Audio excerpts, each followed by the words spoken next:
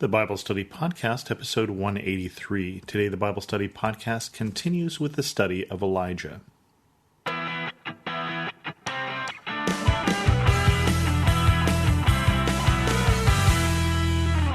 Welcome to the Bible Study Podcast. I'm your host, Chris Christensen. We're going to continue with the study of Elijah, but we're going to wind this down. I'm not going to do Elisha, and I am going to try and tackle some of Revelation. We'll see how far I get with that study.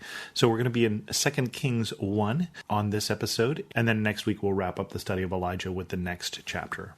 After Ahab's death, Moab rebelled against Israel. Now Ahaziah had fallen through the lattice of his upper room in Samaria and injured himself. So he sent messengers, saying to them, "Go and consult Baal-Zebub, the god of Ekron, to see if I will recover from this injury."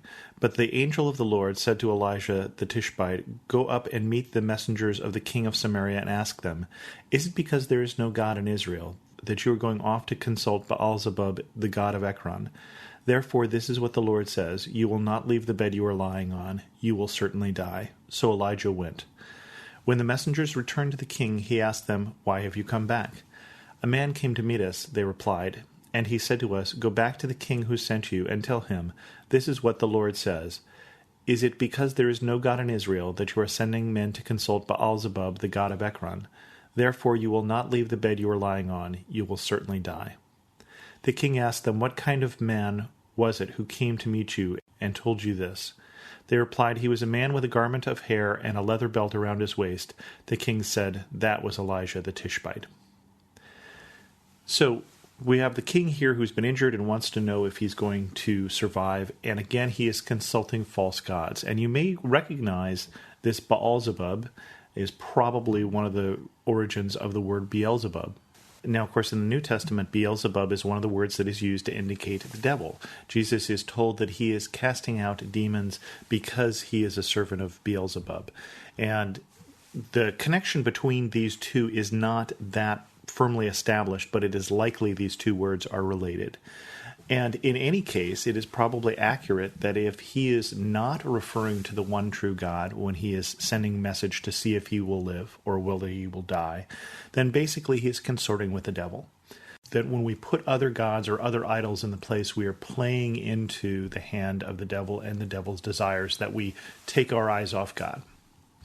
And so basically this king has taken his eyes off God, and he is looking for his answers in another place. But God knows this. That is because he is God. And so he sends Elijah, who intercepts these messengers and gives the king exactly what he is not looking for. Exactly the answer from the one he didn't want to get an answer from. Then he sent to Elijah a captain with his company of 50 men. The captain went to Elijah, who was sitting on the top of the hill, and said to him, "Man of God, the king says, come down." Elijah answered the captain, "If I am a man of God, may fire come down from heaven and consume you and your 50 men. Then fire fell from heaven and consumed the captain and his men. At this the king sent to Elijah another captain with his 50 men. The captain said to him, "Man of God, this is what the king says, come down at once." "If I am a man of God," Elijah replied, "may fire come down from heaven and consume you and your 50 men. Then the fire of God fell from heaven and consumed him and his 50 men. Now, you may sense a pattern here. First of all, we have Elijah, who was praying in a contest against the prophets of Baal, this very God that the king has sent off word for.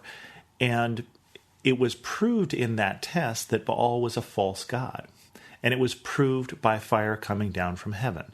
So this is probably not coincidence. And then again, we have Elijah calling down fire from heaven. And again, if he is a man of God, again, you're sending for him, you're commanding him as if he were a servant. Well, he's a prophet of God. He serves somebody greater than the king. And the king doesn't get this message the first time, and he doesn't get it the second time, because he's going to send a third person to Elijah. And likely, the third person's going to end up crispy, just like these first two. But again, what's lost here is this understanding, and very quickly, after Ahab dies, we've lost again the understanding, even the fear of God, the sense that God has power, and that his prophets should be treated accordingly because they speak forth for God. And so they're coming and commanding him and calling him man of God. Well, if he is a man of God, as he says, then you should be careful how you say that. So the king sent a third captain with his 50 men. This third captain went up and fell on his knees before Elijah. Man of God, he begged, please have respect for my life and the lives of these 50 men, your servants. See, fire has fallen from heaven and consumed the first 2 captains and all their men, but now have respect for my life. The angel of the Lord said to Elijah, go down with him, do not be afraid of him. So Elijah got up and went down with him to the king. He told the king, this is what the Lord says. Is it because there is no God in Israel for you to consult that you have sent messengers to consult Baal-Zebub, the god of Ekron? Because you have done this, you will never leave the bed you are lying on. You will certainly die. So he died, according to the word of the Lord that Elijah had spoken. Did you notice that phrase, this is what the Lord said, is there no God in Israel for you to consult that you have sent messengers to consult Baal-Zebub, the god of Ekron, keeps getting repeated. This is God's point in this story. Is there no other God that you are going to false gods? Have you forgotten me so much? Have you forgotten even what Elijah was able to do in your father's time, that you are consulting again these false gods? You are again consulting the gods in Ekron instead of the God in Jerusalem, instead of the God in Samaria. And this is the main point that God has again and again with these people until he finally tires of them, until he finally gives up on them. And that day is coming very quickly where he will send Assyria, and Assyria will take the northern people into bondage, and they will never be heard from again.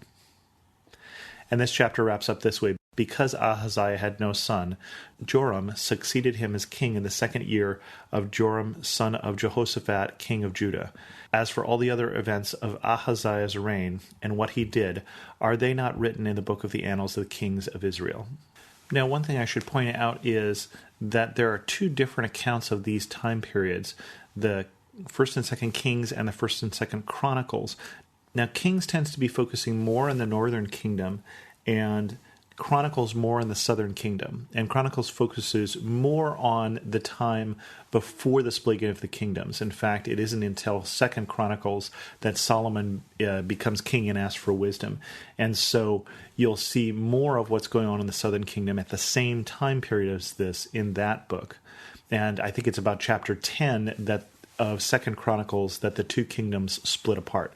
So it's an interesting parallel reading to read 1st and 2nd Kings and 1st and 2nd Chronicles sort of together. You'll probably run out of Kings before you run out of Chronicles. That, I believe, is a longer book as well. This is going to be a little shorter episode because I want to save the next chapter, the last chapter, talking about Elijah and the transition from Elijah to Elisha for next week, because that's going to be too much to cover here. So we're going to end this episode here. If you have any questions, feel free to send an email to host@thebiblestudypodcast.com or leave a comment on this episode at thebiblestudypodcast.com. As always, thanks so much for listening.